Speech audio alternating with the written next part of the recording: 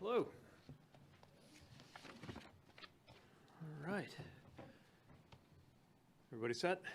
Mics and all that good? Okay, well, thanks very much for joining us, and very pleased to be joined by my colleagues, our Deputy Secretary of Transportation, Polly Trottenberg, our FAA Administrator, Mike Whitaker, who have done so much to push our department's request forward and work through everything associated with the President's fiscal year 25 budget as regards their areas of responsibility. And I want to thank our budget team, led by Victoria Wassmer, who is here in case a question more difficult than I can answer comes up. But thanks really to the whole team for all of the hard work that you all have done to get us to today.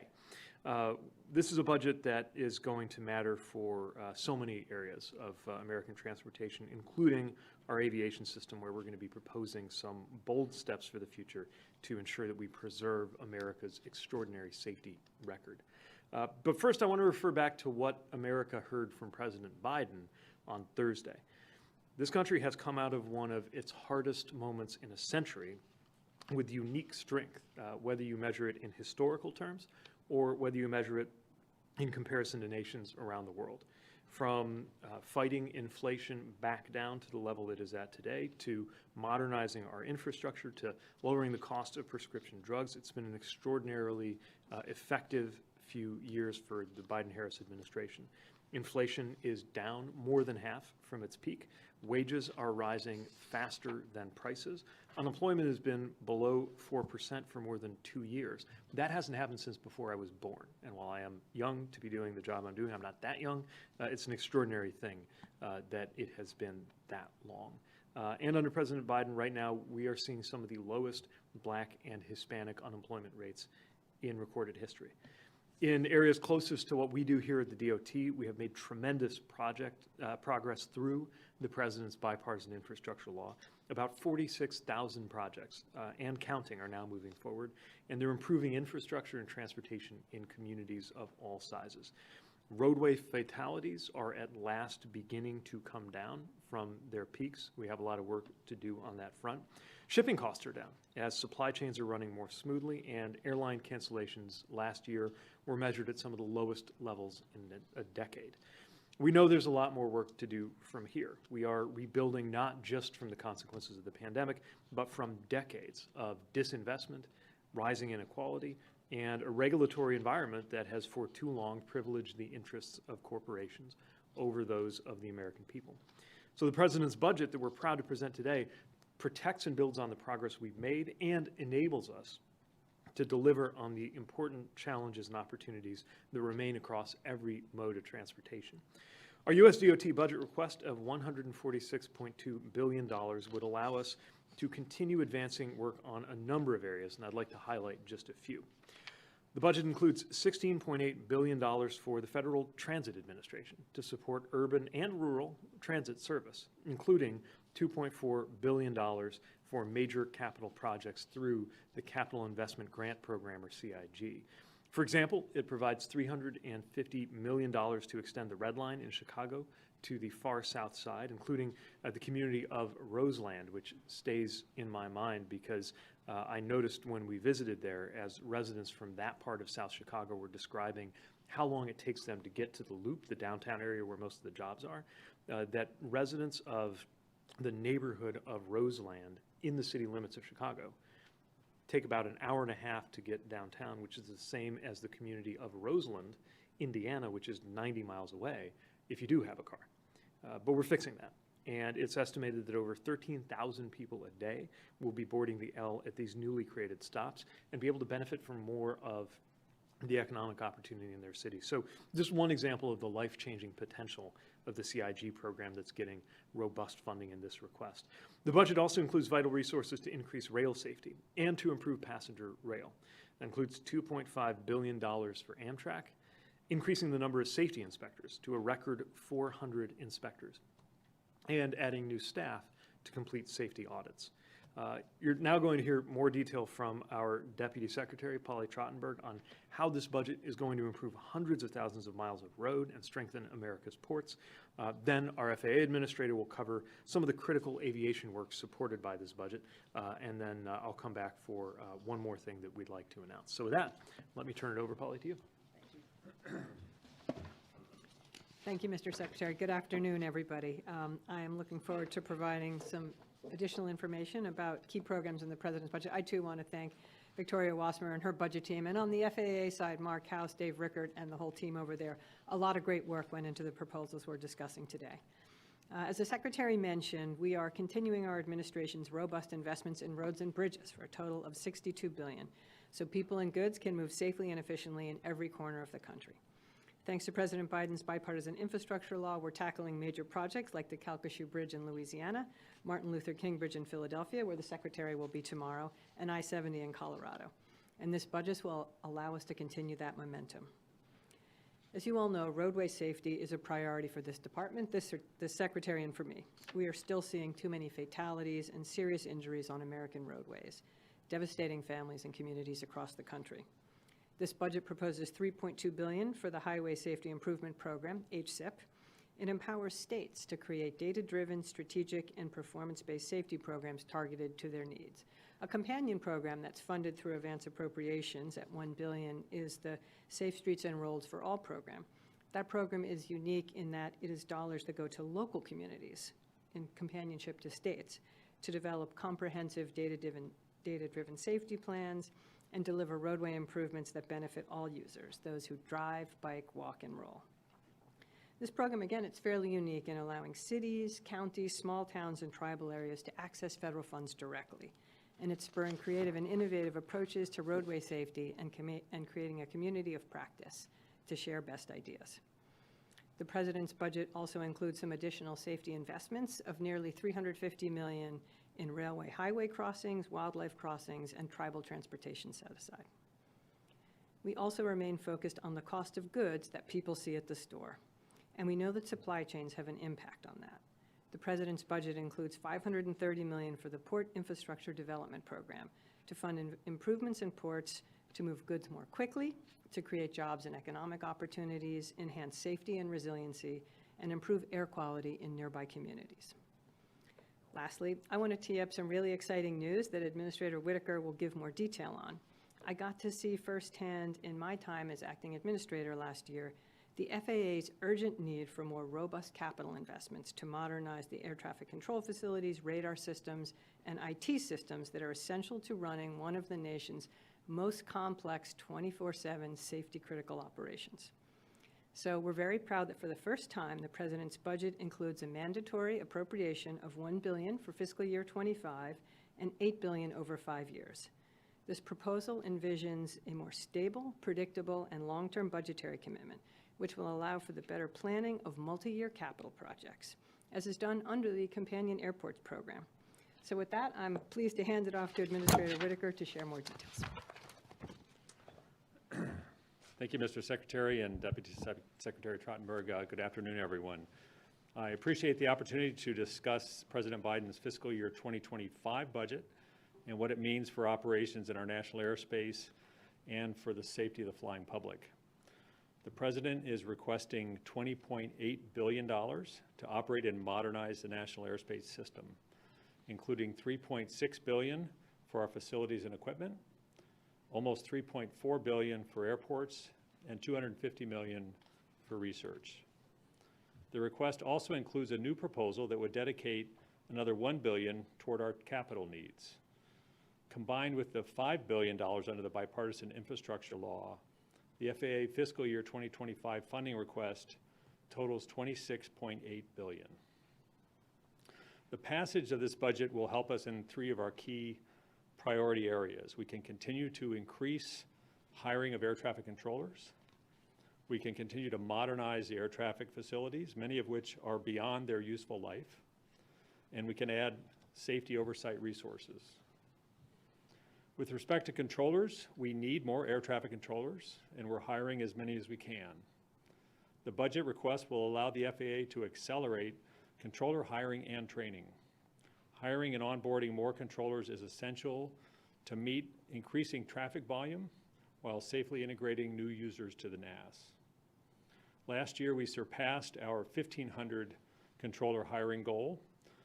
This fiscal year, we expect to exceed our target of 1,800 new controllers. And for fiscal year 2025, we will hire even more at least 2,000 air traffic controllers. Speaking of controllers, next month we open the hiring window to onboard a new class of controllers for our academy in Oklahoma City. As FAA's Chief Recruitment Officer, I need everyone to spread the word. And since it's Women's History Month, I think it serves as a timely reminder that we need to do more to recruit underrepresented communities into our workforce. Less than 17% of our controller workforce are women, and that's unacceptable. We must do better. Our air traffic control facilities are aging. The FAA owns more than 350 air traffic control facilities, and they're all old. The average age of an air traffic control tower is 40 years. The fiscal year 25 budget builds on the bipartisan infrastructure legislation by proposing $8 billion for a 5-year facility and radar modernization program, beginning with $1 billion in fiscal year 25. That will facilitate the replacement of air traffic control facilities and radar systems, all of which are critical to maintaining safe operation in the NAS. These infrastructure investments are vital as we build the NAS of the future. Aviation safety, which will always remain our first mission at FAA. The Boeing 737 MAX 9 incident of January 5th is a reminder of the enormity of FAA's safety mission and our commitment to uphold the highest standards of quality in conducting safety oversight. Following the incident, the FAA took immediate action to increase its oversight activities, and we will continue to put safety first. As the FAA's oversight work continues, we look forward to working with stakeholders and Congress to ensure the FAA has the resources that it needs. The fiscal year 25 budget proposes $1.8 billion for the Office of Aviation Safety to provide critical support for production oversight and continued operational safety. These are some of the highlights of a proposed FAA budget that is robust and necessary to advance the agency's progress toward ensuring the safety and efficiency of our national airspace. I look forward to your questions. Thank you. Thanks, Mike. As you've heard, so many exciting things included in this budget that are going to make an important and positive difference in our ability to meet the mission of the Department of Transportation. I want to highlight one other piece of good news. We are working to close a glaring loophole in our aviation system, something that affects Americans every time they buy an airline ticket. Our budget proposes that the small percentage of people from around the globe who choose to travel by private jet start paying their fair share into the system. The fact is, we have one national airspace that integrates many users to move seamlessly, guided by thousands of FAA's highly trained air traffic controllers, but that system is not paid for in fair and equitable terms. Business jets account for more than 7% of flights handled by the FAA, but contribute just 0.6% of the taxes that make up the Airport and Airway Trust Fund. Regular airline passengers pay a passenger facility charge of up to $4.50 plus a 7.5% tax on the prices of their tickets. So passenger taxes increase as the cost of a ticket increases. Meanwhile, private jet flyers only pay fuel surcharge taxes, roughly 22 cents per gallon of jet fuel. What that means is an unfair share of the burden falls to regular air passengers who are not on private jets. And that's something we believe must end. So the President's budget proposes to close this loophole. We would increase kerosene jet fuel fees on private jets, which would generate approximately $1.1 billion in additional revenue over 5 years that would be used to help make the national airspace safer and more efficient for every American, for every user. We're talking about who pays for those highly skilled and highly trained air traffic controllers and those complex navigation systems, the critical people and equipment that make safe, efficient air travel possible for millions of people every day. To put it plainly, the President wants to close the loophole for private and business jet flights and require them to pay their fair share to fund the FAA's safe operation of the national airspace. This would update the fund structure for the first time in decades so that the regular flying public is no longer in effect, subsidizing the wealthiest Americans who travel in private and business jets. And this is even more important given the growth of the global fleet of private jets over the past 2 decades, all in the time since the fund requirements were last updated. To be clear, closing this loophole will specifically affect private and business jets, not the small planes used for farming or small business surveying with a small prop aircraft, or for medical evacuations, or for hobbyists, or for people in the kind of training that helps people get their flight hours. This is about making sure that those users in business and private jets are paying something closer to their fair share. So we urge Congress to join the President to make the use of our airspace fairer and safer by closing that funding loophole for private jets. And with that, we'll be open to questions, quarterbacked by Sean from our press team. Hi, Chris. Chris Van Cleve, CBS News. If I can just get the Boeing questions out of the way first. We learned recently the DOJ investigation, criminal investigation into Boeing, and then this weekend that Boeing doesn't appear to have records around removing a door panel during manufacturing. It raises, again, a question: if you can't trust Boeing to install bolts or document that they installed the bolts, how do you trust that they're building anything safe? I'll toss to Mike in a moment to share more from the FAA perspective. Obviously, we respect the independence of DOJ and NTSB doing their own work, but we're not neutral on the question of whether Boeing should fully cooperate with any entity, NTSB, us, or DOJ, and they should, and we expect them to.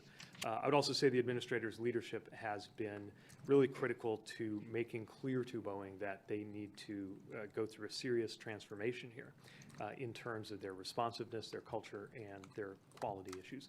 With that, let me turn it over to the administrator to share a little more about how he's approaching this. Thank you. I guess I would just add, as you know, we've increased our audit and our oversight of Boeing pretty significantly since January 5th. If we see something that requires us to cease production or pull something down, we'll do that. But we're continuing that oversight, and we're working with Boeing and demanding that they come up with a very detailed plan within the next 90 days to fix the quality issues that are out there. And while that work is going on, we will continue to increase our oversight to make sure the planes that are getting their airworthiness certificates are safe airplanes. Is not having the paperwork on we took a door off and put it back on not enough of a red flag to take additional action? I mean, that seems like a fairly glaring mess up. Right, and that's part of the NTSB investigation. As part of our investigation, we've issued a letter of investigation over the incident. It is one of the factors that we're considering as we formulate a plan to get the quality assurance where it needs to be. There should be paperwork for that. Great. Other questions? Shepard? Dave Shepardson from Reuters. First, staying on Boeing for a second, I want to ask about this incident in Australia involving a 787 Dreamliner in which 50 people were injured. Do you have any concerns? Are you investigating that or looking into the broader issue? We will certainly work with the Australian authorities or the New Zealand authorities to investigate that, and the Chilean authorities. It's obviously not a U.S. flight, but it is in the 787. So we will certainly follow that closely. So, and just to follow up on Chris's question about the audit, right? So did you find paperwork of other removals of door plugs that Boeing did over the last few years? Is there any indication this is a one-off, that the paperwork was only missing here? And can you talk about the milestones you expect Boeing to meet in order to allow them to resume production increases at some point in the future? So we're working closely with NTSB on looking at the paperwork from their work. So I'm not going to comment on the state of that investigation. In the next 30 days, we hope to have the milestones defined with Boeing. That's the first order of business over the next 90 days to agree on what the milestones are and then start monitoring those. Do you feel like they're making safe airplanes right now? We're certifying the airplanes as they come off, and right now with our oversight, we're certifying them as safe, yes. Because respectfully, you certified this plane that didn't have bolts and a door panel. So Right. to reassure the flying public that in fact the planes are safe. We've dramatically increased our oversight of the actual production of the aircraft. Great. Any other questions? Gene? Mr. Secretary, wanted to see if you could revisit your comments about Congress's inaction about the Rail Safety Act. Yeah. Now being a year after the derailment in East Palestine, and I have a follow-up. Yeah, sure. I have views on this. As you know, they haven't changed. Congress should act now. They should have acted yesterday, and the next best time to yesterday is today. We continue to have cases, incidents, where there are derailments or other accidents, and we know that tougher oversight and regulation would make a difference. To be clear, we're not waiting on Congress. We have focused inspections, additional audits, FRA activity, looking over the shoulders of railroads to make them safer and to make sure that they're meeting their legal requirements. But the legal requirements could and should be tougher.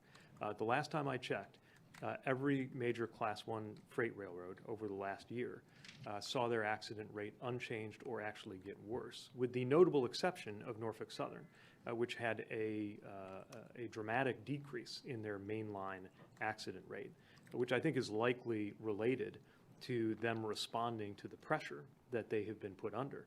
But it shouldn't take an incident like in East Palestine for there to be that kind of reduction.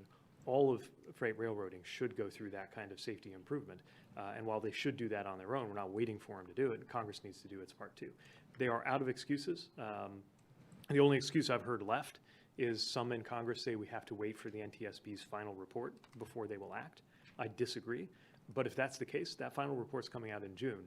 So now would be a good time for them to be locked and loaded for when the report does land. And specific to the fiscal 2025 budget request, an obvious question, but what is your level of optimism on its reception on Capitol Hill? And, you know, are you even optimistic that they're going to meet the September 30th fiscal deadline? Obviously, that's been a struggle for this Congress, but I'll say this. I would like to believe that the priorities that were laid out, the infrastructure gains that the Deputy Secretary walked through, the aviation safety improvements and enhancements that the Administrator walked through, a measure like making sure that private jets pay their fair share into the system, or any of the infrastructure priorities that we are talking about and asking be funded in this budget, including hiring more air traffic controllers, ought to be a bipartisan priority. I certainly would expect any member of Congress on either side of the aisle who has expressed concern about something like air traffic control staffing or the sustainability financially of how we pay for the national aviation system or railway safety would, so to speak, put their money where their mouth is and support these measures. Katie Cormick with CBS News. Last week was a bad week for the airlines. What do you have to say to the flying public? Is the system safe? What I'll tell you is every time I step off a jet bridge and onto an airliner, which is every few days, I know that the reason why American aviation is the safest means of travel in the world is the work that is done by the FAA, by flight crews, by everybody who is involved in that process.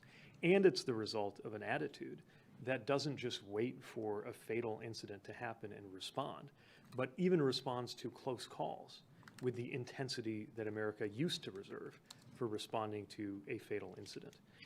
And that's true whether we're talking about the design of the aircraft, whether the aircraft was manufactured the way it was supposed to be designed, or whether the aircraft was maintained the way that it ought to be manufactured.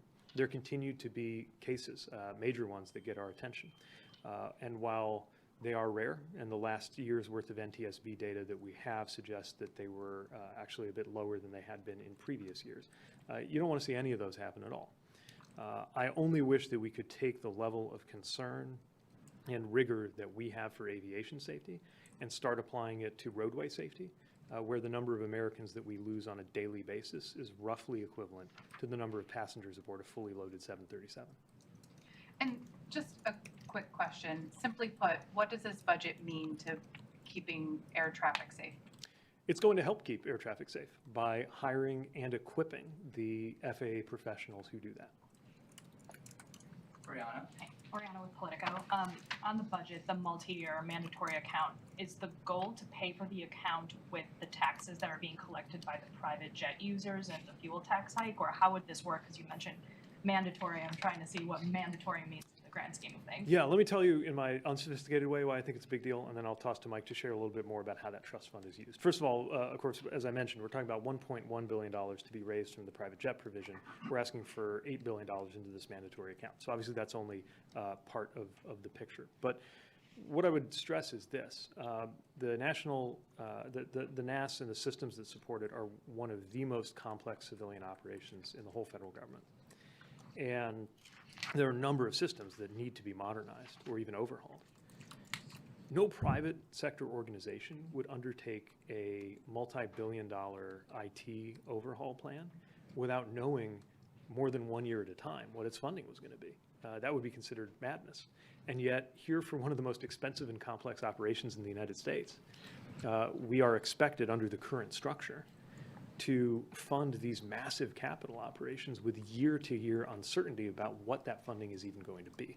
So the idea of having some of this funding be mandatory is that it would create the requisite certainty that is needed in the FAA to better plan and prepare these kinds of overhauls. But again, that's my high-level view. Let me ask Mike to share a little more about the sources and uses of those funds.